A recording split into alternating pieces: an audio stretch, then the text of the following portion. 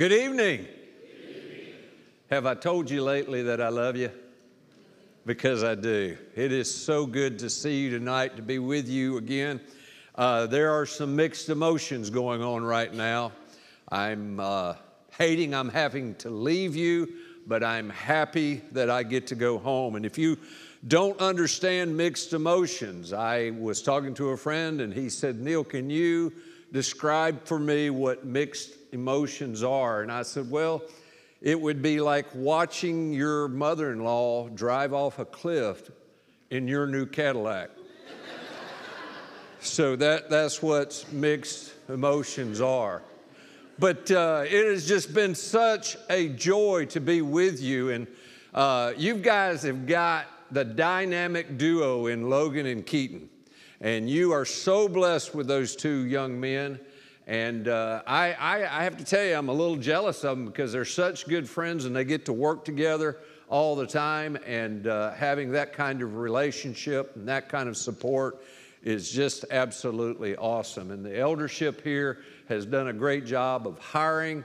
I don't know that they've done a very good job of getting you a guest speaker, but other than that, they've done a good job. It has been so good to be with you. And tonight I want to start off by reading God's Word. And I'm going to ask you to do something that's probably going to make you uncomfortable, but you know, part of my reason for being a preacher is I want to comfort the afflicted and afflict the comfortable.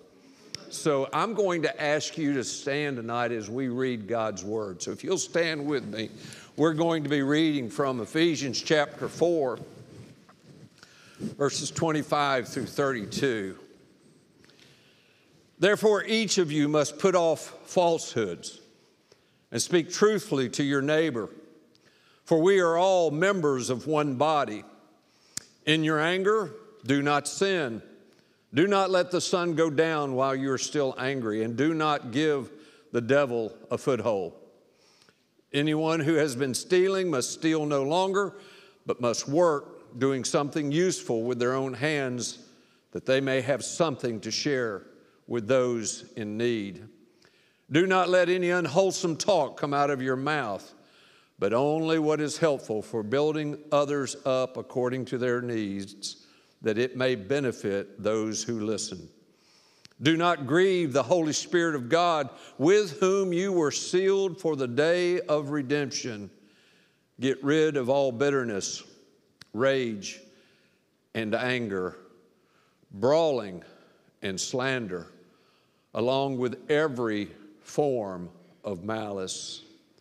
Be kind and compassionate to one another, forgiving each other, just as in Christ God forgave you. You may be seated.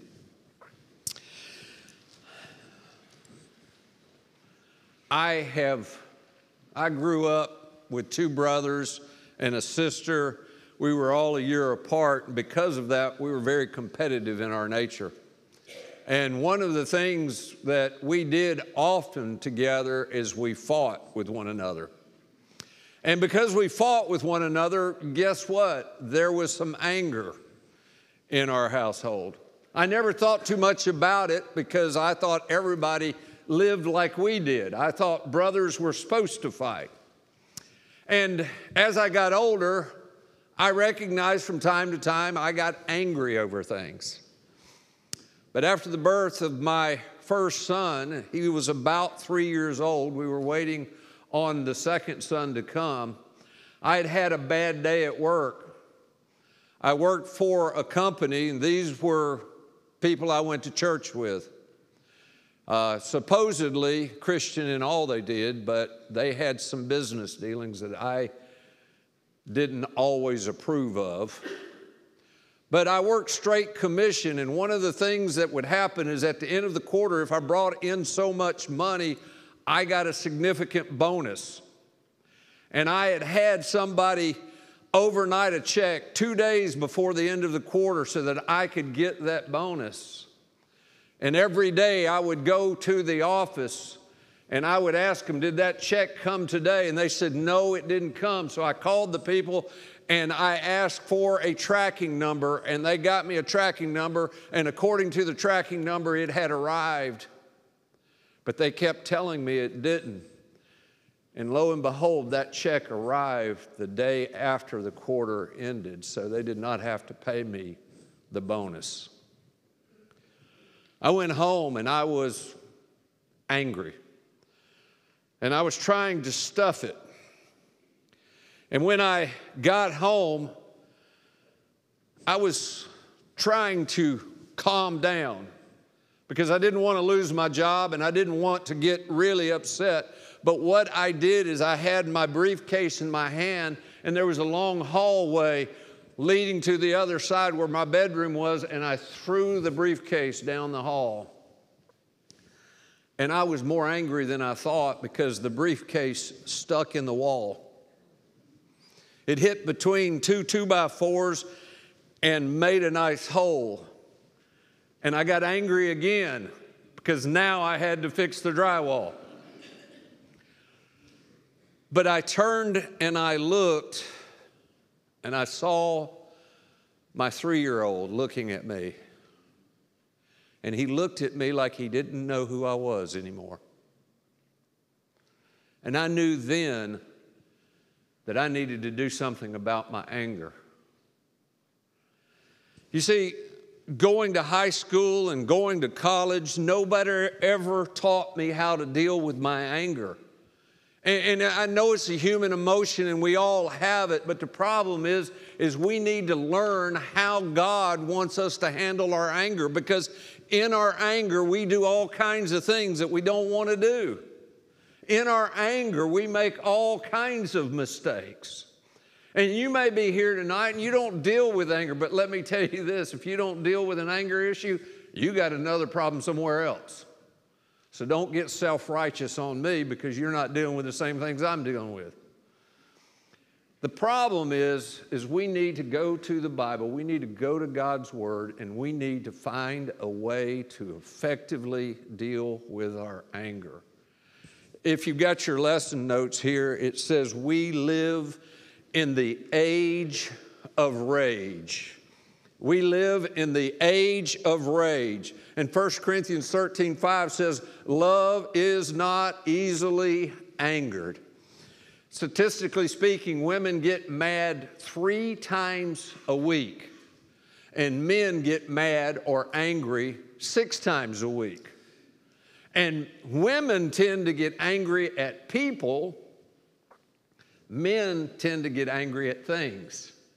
And I've seen this. I saw it several times over the years, but you've seen the video, maybe you have, maybe you haven't, of a guy that was trying to crank his chainsaw and he couldn't get it to crank, and he threw it against a tree like it was going to cut that tree down. But the point of it is we all have a tendency to get angry. We all have a tendency. And some people get angry and you don't know they're angry because they're stuffing it in. They remain calm on the outside, but inside they're stuffing their anger. And they may clam up, but then there's the other side, and that was me. I blew up.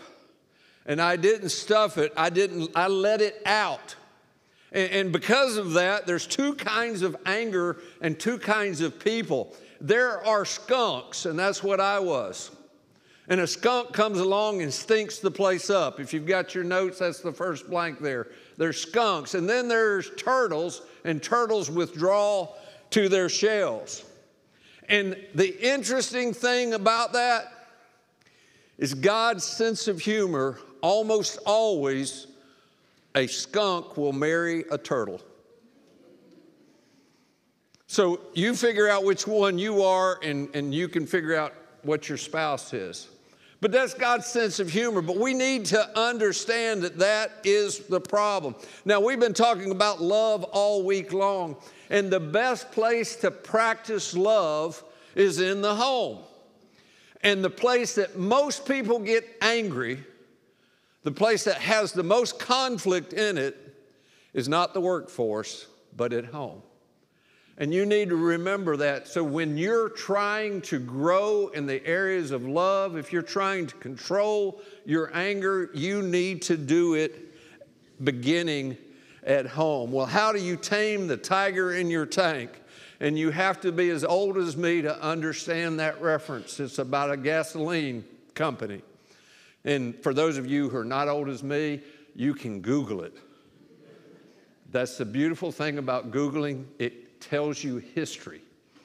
So, number one, you needed to decide to control it. You need to decide that you're going to control it. And the best time to decide that you're going to control it is before you get in a situation and before you get started in that situation. If I'm going to be going into an area where I know there's going to be conflict, I am going to decide before I get in there that I am going to control my anger. And you can control it. There's people that I've talked to, they said to me, Neal, I can't control my anger, but you can control it because you have done this in your home, whether you believe it or not. Someone will call you while you're in the middle of the argument, and you will answer the phone, hey, how are you doing today? Oh, it's for you, sweetheart. You can control your anger. If you want to write in your notes, I don't have a blank for this, but there's stuff that happens. You have stimulus, and then you have choice, and then you have response. There's some kind of stimulus that's making you angry, but between your response and that stimulus, you have a choice. And that's where you have to make a decision not to get angry. Proverbs 29:11 says, a rebel shouts in anger. A wise man, underline these words, holds his temper in and cools it. You see, you have to decide ahead of time that you're going to work on your anger. One of the things that I have just learned from dealing with my anger, and which, by the way, you never if you have an anger issue, you never completely conquer it. It's something you must work on constantly. I've talked about driving, and I hope you all know that I am a good driver. I do not have road rage, but I see things all the time, and I think, what is going on here? But spiritually speaking, I know that when I'm on the road and I'm getting angry, it's because I have not spent enough time with God. And so you need to decide before you get on the road, if you're dealing with road rage, you need to decide before you get on the road that you're not going to get angry no matter what happens. Number two, think about the cost. Think about the cost. There is a price tag every time you get angry. And that price tag may have to do with your health. It may have to do with your job. It may have to do with your family. It may have to do with your marriage. But every time you get angry and you don't handle your anger properly, you pay a price. And I've learned that if you get angry this time, guess what? Next time, it's harder to control. But if you control your anger this time, next time it will be easier to control. So you need to work on this. And when you get angry, take time to figure out, hey, I'm angry. I don't want to do this anymore. How can I stop it next time? You need to think about the cost. A hot-tempered man starts fights, and underline these words, gets into all kinds of trouble. Do you know why you get into all kinds of trouble when you get angry? Is because your IQ drops. You say stupid things and you do stupid things. Proverbs chapter 15, verse 18, losing your temper causes a lot of trouble, but staying calm settles arguments. Here's a note that I would like for you to take. I always lose when I lose my temper. I always lose when I lose my temper. Proverbs 14:29, a wise man controls his temper. He knows that anger causes mistakes. Proverbs 14:17, the first part of that verse, a quick-tempered man acts foolishly. And one of the things that happens if you're an angry person and you show your anger is that eventually you're going to, especially in your family, you're going to cause those people that you're closest to become angry. As a matter of fact, if you're a father and you have young children and you treat them with anger, they're going to grow up to be angry people. Or you're going to alienate them so they don't want to deal with you anymore. Or worse yet, they're going to have apathy for you. Look at what the scripture says here. The fool who provokes his family to anger and resentment will finally have nothing worthwhile left. Underline those words, worthwhile left.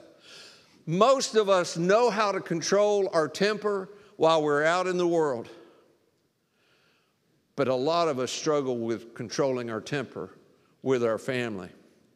And if you're here tonight and you've conquered this and this is not one of your issues, first of all, God bless you. But secondly, you need this stuff to help those that you come in contact with. Well, how do you control this anger? Number 3, you need to reflect before you react. Like I said before, there's always a stimulus, and in that time where you're making a choice, you need to reflect. Proverbs 29:11 says, the fool gives full vent to his anger, but by biding his time, the wise man calms it. You know, Thomas Jefferson said many years ago, when you're angry, count to 10, and if you're really angry, count to 100. That's some of the best advice that he has ever given, but it comes from the Bible. Now, men speak about 25,000 words a day, and women speak 30,000 words a day, with gusts up to 10,000 at a time. I asked a guy once, I said, does it bother you when your wife always gets the last word? He says, no, I'm just glad it's the last word. But the reason why I'm telling you that is because men, when we come home, we're done with our words, but women still have 5,000 more than us. So we've got to be patient with that. Well, how are we going to do that? How do you reflect when you get angry? First of all, you need to understand why you're angry. You need to understand why you're angry. The number one reason that you get angry is when you get hurt. And it can be a physical hurt or an emotional hurt. And growing up, I seemed to get hurt a lot. And there's 2 responses in my household. I'm telling you things about my family that they probably don't want you to know, but you can use it against them at another time. But here's the thing. When I was young and we threw a Frisbee or a baseball glove or something on the roof, it was my job to get it off the roof because I was the only one that wasn't scared of heights. And my older brother was tall enough that I could get on his shoulders and stand on his shoulders and grab that off the roof. Well, after I did, I flung it into the yard, but I lost my balance off of his shoulders. Went into a bush, and the concrete, I hit the back of my head on a piece of concrete. The gutter thing that goes out hit my head and started bleeding. So I ran to my dad, and his first response when one of us got hurt was anger. And so I ran to him and I said, Dad, I hit my head. I'm bleeding pretty bad. And he goes, what'd you do that for? And I had to think for a minute. Why did I do that? The other side of it is I had a mother, and she always laughed when somebody got hurt. It's an involuntary response. So my dad, one day, he was coming down the steps. He was wearing socks, and we had carpet, and he hit the stairs just right, and he went down. I thought he had died. And my mom could not stop laughing. Now, after several years of therapy, I am over that now. But you can't undo an involuntary response, but you can take time to make a choice on how you're going to respond to it. The second thing is you need to understand you may be frustrated. Your expectations weren't met. I worked at the Ravines Golf Course owned by Mark McCumber in Middleburg, Florida for a few years while I was going to school. And this guy came in and he had just bought a brand new set of Ping golf clubs. And Ping golf clubs at that time were the Cadillac of golf clubs. And he had them and he put them on his cart, and he just knew that because he had paid all this money for these clubs, he was going to play the best round of golf of his life. Well, around the 9th hole, I watched this happen. Around the 9th hole, he took those clubs and threw them in Black Creek. What he didn't know is Black Creek is the deepest creek of all of Florida. It's so deep, they used to hide submarines in there. And when he went to get his clubs, he realized he could not get to the bottom. So the next day, he was out there with a paid diver retrieving those clubs. But the clubs did not meet his expectations, and because they didn't, it made him angry. The third thing that you need to understand is it may be that you have fear. It may be that you're insecure. And I have a friend who he and I are pretty close to, and he called me one day and he said, "Neal, I did the stupidest thing in the world." He's trying to be the right kind of man, and he's growing in it, or he's grown tremendously, but he was trying to be the right kind of man. And he called me and he said, "Neal, I did the stupidest thing ever. I was hanging a ceiling fan and I couldn't get the wires together, and I got so angry that I took the ceiling fan and I flung it to the floor and broke it to pieces." And I said, "How much did that set you back?" He told me, and I said, "Well, did any of your kids see you?" "No, they were all in school." "What about your wife?" "Yeah, she saw it." I said, "Well, first of all, you need to apologize. And secondly, you need to sit down and you need to figure out why you got so angry at a ceiling fan, an inanimate object." And it came down that he was very insecure. He always felt inadequate. You see, when he was younger, his mom up and left one day. And he was stuck with just a dad. And his dad did the best he could. But his dad was never close to him. And so he always felt inadequate. And whenever he tried to do something and he failed at it, he got angry. Now, the final thing here is letter D, and that's sin.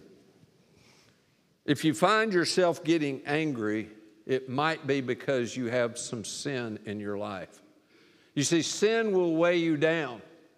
If you've got a sin that you know that you're doing wrong in, that you're living something contrary to what other people think, that sin will weigh you down. You see, sin delivers less than it ever promises, and it costs more than it ever delivers.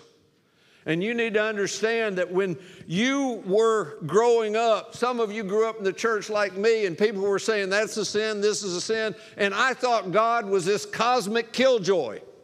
I thought God's got all these rules for me. These are not the things I want to do, and I don't understand why He does this to me. But what I understand now, He gives us these rules. He gives us these commands because He created us and He knows what's best for us. I've learned so much just having children about how God thinks and how God looks at things. There are times that my children asked to do things that they thought were a good idea. I remember sometimes they didn't even ask. One day I drove home and I looked down the street coming towards the house, and there was my older son and my younger son, and they had my tennis rackets. And there was a flaming tennis ball bouncing through the yard, through the street. And they had gotten WD-40, and they found out that that was very flammable, and so they sprayed it on the tennis ball, and they thought it would be fun to hit it down the street. But the worst thing they ever did is they decided when they were almost, well, I think they were teenagers, they just weren't driving yet, but they decided one day that it would be a good idea to learn how to make napalm. And somehow they had figured out that if you get soap suds and gasoline and mix it together, it's napalm. Do not try this at home. And I came in, I opened the garage door, and I am so thankful that nothing sparked, because when I walked in there, that garage smelled so much like gas that at any moment that would have blown up. And I rushed them out, and I told them not to do that anymore. And we had long talks about it. But you know, the thing of it is God knows what's best, just like Father knows what's best. And again, you have to be my age to get that reference. The point I'm trying to make here is that you could be very easily getting angry right now, not because your expectations, not because of the fact that you're fearful or anything like that. You could be getting angry right now because you're living a contradictory life and sin is making you angry. Number two, is there an underlying need that is not being met? You see, a lot of times our expectations don't get met, and we see them as an underlying need because we feel like this is the way they should be. And when our expectations are not met, that's when we start to get angry. That's when in marriage, a lot of times our expectations are not getting met, and therefore we get angry with each other. Number three, you need to ask yourself, what is the next right thing to do right now? What is the next right thing to do right now? If you will ask yourself that question in any situation, God will help you through it. Proverbs 141 and verse 3 in the New International Version said, "Set a guard over my mouth, Lord. Keep watch over the door of my lips." Number four, let go of your anger appropriately. There is nothing wrong with getting angry. God gets angry. God gets angry over children who are abused. God gets angry over divorce. God gets angry over people doing things to other people, injustices that go on. There are so many things that makes God angry. But we need to understand that that emotion that God has given us, He's given us, but we also have to control it. So we need to let go of our anger appropriately. It says, "In your anger, do not sin. Do not let the sun go down while you are still angry." Because if you let the sun go down while you're still angry, that's when bitterness and malice and all of those other things come along. And that does not hurt the other person. That hurts you. There are a lot of people that try to suppress their anger. Suppression is one of the things we do in order to make sure that we look like good Christians. We get mad, but we suppress it. And when you suppress your anger, your body's going to keep score. And you're going to have some kind of health problems because of that suppression. Well, the second thing we do is we repress it. We deny that it's even happening. We just act like, well, this just didn't really happen. And what happens when we repress it? You repress your anger long enough, you're going to go into depression. Just write in your notes, repression equals depression. And then the third way we deal with it is expression. We express it. There was a TV show called Roseanne. Somebody had to help me remember it this morning. And I remember watching it, and I loved those one-liners. She could sing so good, and I thought that was so good, and it was funny to me. And then I took it out in the world, and I started seeing how that hurt people. But because hurt people, I continued to hone my skills. I had a black belt in sarcasm. I had a friend of mine used to say that I had a deli mouth. And I said, what do you mean by deli mouth? He says, you serve cold cuts all the time. Expressing your anger, what does it do? It ruins your relationships, even if you do it in a witty manner. So how do we express it properly? You confess it to God. You confess it to God. The best way to handle your anger is to tell God, this person has made me angry. I am dealing with my anger right now. Proverbs chapter 15, verse 1 says, a kind answer soothes angry feelings, but harsh words stir them up. Now, I want you to look at that verse real closely, because I think when we see that verse, we think that's how I'm supposed to treat Keaton when I'm talking to him. I'm going to give him a kind answer, and it's going to soothe his angry feelings. But you know what? There's another way of looking at that verse. When I give you a kind answer, it soothes my angry feelings. Right out beside that verse, I want you to write low and slow. Low and slow. I said this the other night when we were talking. I was preaching the other night, and I was talking about the fact that when Nancy and I were first married, we'd get in an argument, and she'd raise her voice a little bit, and I'd raise mine a little bit. And the next thing I knew, she was looking at me saying, why are you yelling at me? Because what we have a tendency to do when we get angry and we're trying to express our anger, we tend to get louder, and we tend to talk faster. So when you're trying to deal with your anger appropriately, go low and slow. Number 5, train your brain. Train your brain. You see, everything that you're doing in your life that you need to fix is a habit that you have learned. The habit of anger is something that I learned as a child, and it carried on with me. So I have to change my brain. Look at what it says here in Romans chapter 12 and verse 2. Don't copy the behavior and customs of this world, but let God transform you into a new person, and underline these words, by changing the way you think. By changing the way you think. When I was chaperoning some teenage boys, they decided that it would be a good idea to take my toothpaste and squeeze some of it out, and then to take my shaving cream and put some of that in.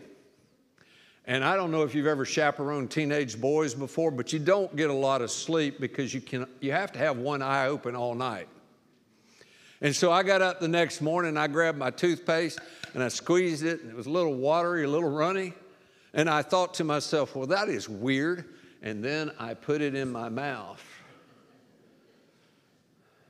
Shaving cream is not made for brushing teeth. Now, where are you going with that, Neal? Let me tell you where I'm going. What's in the tube is what comes out of the tube. What's in your heart is what's going to come out of your mouth. Make sure you have the right things in there. Proverbs chapter 22, verses 24 through 25, do not associate with a man given to anger, or go with a hot-tempered man, or you will learn his ways and find a snare for yourself. And I don't know if anybody in here is dating, but at some point maybe you guys will. Some of you girls over here will date. If you're dating and you're with a hot-tempered man, get away as soon as possible. And the reason being is if they're hot-tempered now, they're going to get more hot-tempered later. There are more women that have been abused because of the fact that they are with hot-tempered men. And the thing of it is, most women, when they fall in love so hard that even though 7 times an abused woman will leave their spouse or their boyfriend 7 times before they can completely leave them. And in those 7 times, a lot of damage can be done. If you're dating someone that has an anger problem, get away from them as soon as possible.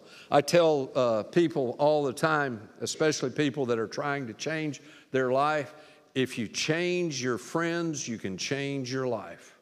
I learned a long time ago that the 5 people that you are closest to, you will make within $10,000 of what they make. So I have surrounded myself with millionaires. Change your friends, change your life. Number 6, ask for God's help. Ask for God's help. Psalms 141, verse 3, Lord, help me control my tongue. Help me be careful about what I say. Romans 15 and verse 5 says, may the patience and encouragement, and I want you to underline these words, that come from God, allow you to live in harmony with each other the way Christ Jesus wants. Several years ago, I was teaching a class, and my mind goes back to this just as vivid as if it was yesterday. Because a lady was sitting on the front row, and I was talking about having a relationship with God and how God can work in your life if you have that relationship. If you are praying and you're in the Word, you're going to feel a closeness and a warmth from God. And I was talking to her about that in the Bible class, and she raised her hand. And she said to me, she says, Neal, I wish somebody had taught this to me sooner. Because I had a relationship with the church, but I never had a relationship with God. And I want you to think about that for a moment, because if we are really wanting God to help us, we've got to have that relationship. We've got to trust in Him. We can't trust in people. No matter how good they are, people are going to let us down. No matter how good they are. If I were around here long enough, and you were to get close enough to me, there's going to be at some point that I'm going to let you down. I remember one day when I was preaching and I was trying to get my notes and get back to the pulpit, and I walked by a woman who was a new Christian and didn't speak to her because I had my mind on where I was going and what I was doing. And I walked by her and I didn't speak to her, and it destroyed her. She spent the entire service crying because I let her down, because up until that point, every time I saw her, I spoke to her. You can't put your trust in people. You have to put your trust in God. I don't have grandkids yet. I know I've talked a lot about grandkids. You can tell that's on my heart. That's something I want. But if God decides I never have grandkids, it's okay, because what I have done is every time there is a kid that is born at my church, within a day or two, I go and visit, and I get to hold those babies. My wife doesn't get to do that, so she's still pushing for a grandkid pretty hard. But I make all of those little kids my babies, and the thing that I've noticed, sometimes when you hold a baby, they'll be crying, but if you pull them in close and they feel your warmth, and babies can almost sense whether you love them or not, and you pull them close and you hold them close and you give them that warmth and you give them that comfort, they can settle down. The problem with a lot of us when it comes to our walk with God is we've not had that warmth and comfort that you get with having a relationship with God. Every time I speak, I struggle with an invitation. Because I think sometimes the invitation song has become so rote for us. We've heard it 100 times. But as I leave you tonight and I go back to Tampa, my prayer for this church is that you'll take the things that we have learned and you will grow in your love for God and your love for others. If you're not sure how to do that, one of the things that helped me a lot is that prayer that I've been praying for years. And it's when I get up in the morning, before I get out of bed, I pray, God, help me to know you better and love you more today. And then at the end of my night, before I go to sleep, I ask, God, did I get to know you better or love you more? And there's some days where the answer to that is no.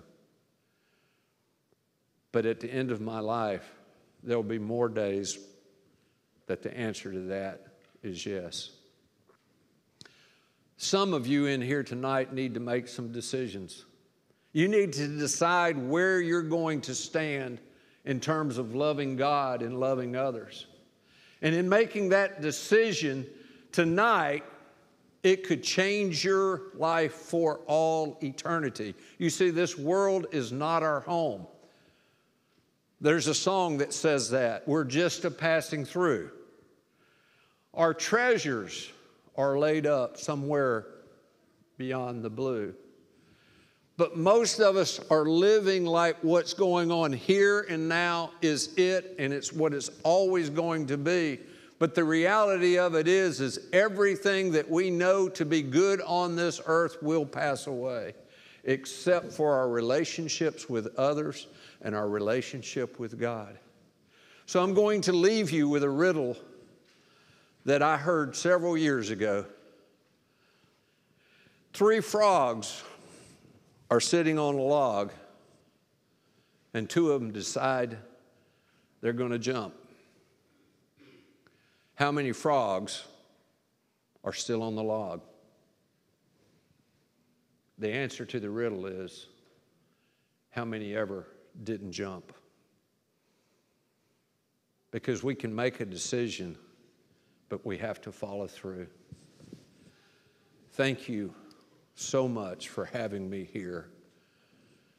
And I hope that as we sing this invitation song, you will be encouraged as much as I have been this week. Will you stand as we sing?